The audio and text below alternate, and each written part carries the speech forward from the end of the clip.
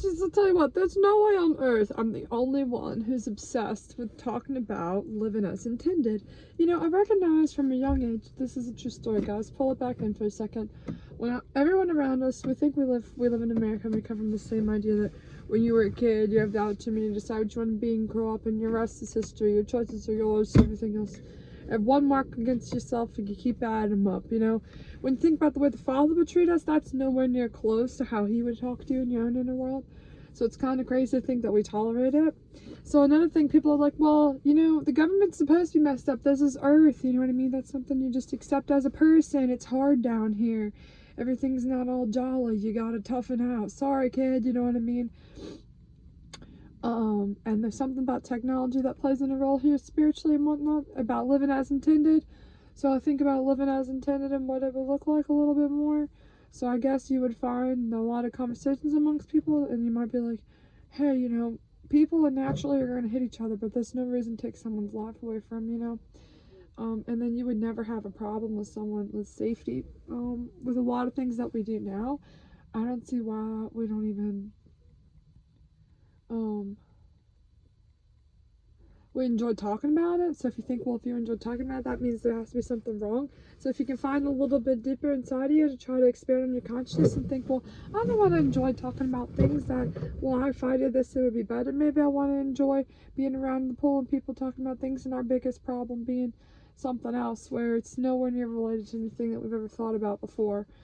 Some things the Father talks about to me in life is about the idea of teaching. You never really want to consider yourself a teacher. This pleases the Father. There's something about this and the mentality of it. You're more intended to look at yourself as a messenger. So if you're a teacher, whether you make money or not, if this isn't so with you, please forgive me for expressing this side of my spirituality.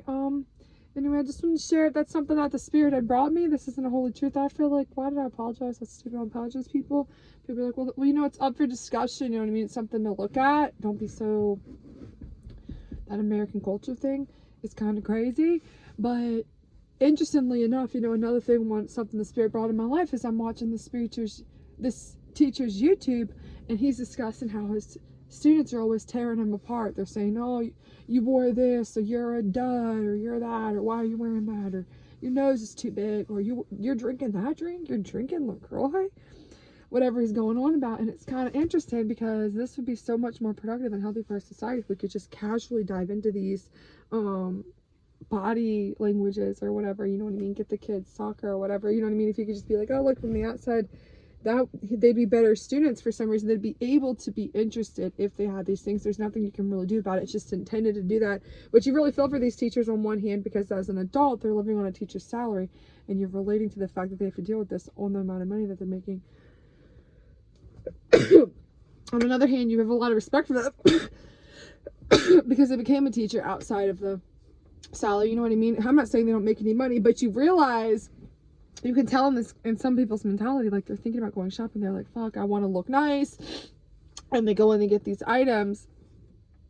I'm not saying they can't afford them, they have, you know, but they're trying to impress their students, and it means a lot to them in a very natural way. Like, this is super natural because they're children, and you care about what they think about as intended. So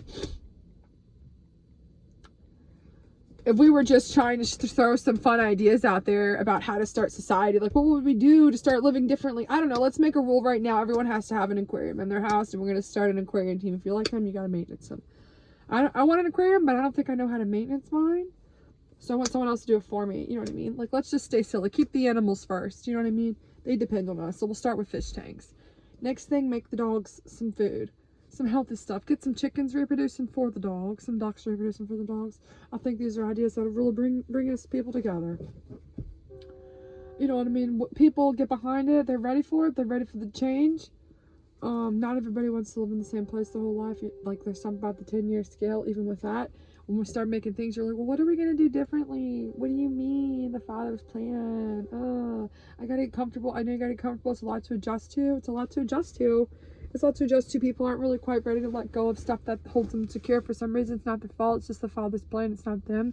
You know what I mean? Make sure you say about it right. But just to say one thing, I feel very fortunate to be amongst so many beautiful people that have beautiful lives inside them that I'd love to learn about, hopefully someday in Hawaii with each other. Because if you think about it, as a family, when it comes to capitalism, isn't living as intended to scale it. If I right now were to take my family, just us, to Hawaii, what would it be the same without the people that I knew there? And it would be boring as all get out. Because that's not as we're intended to live. This is the truth. Chew it up, chomp on it. Don't get mad at me.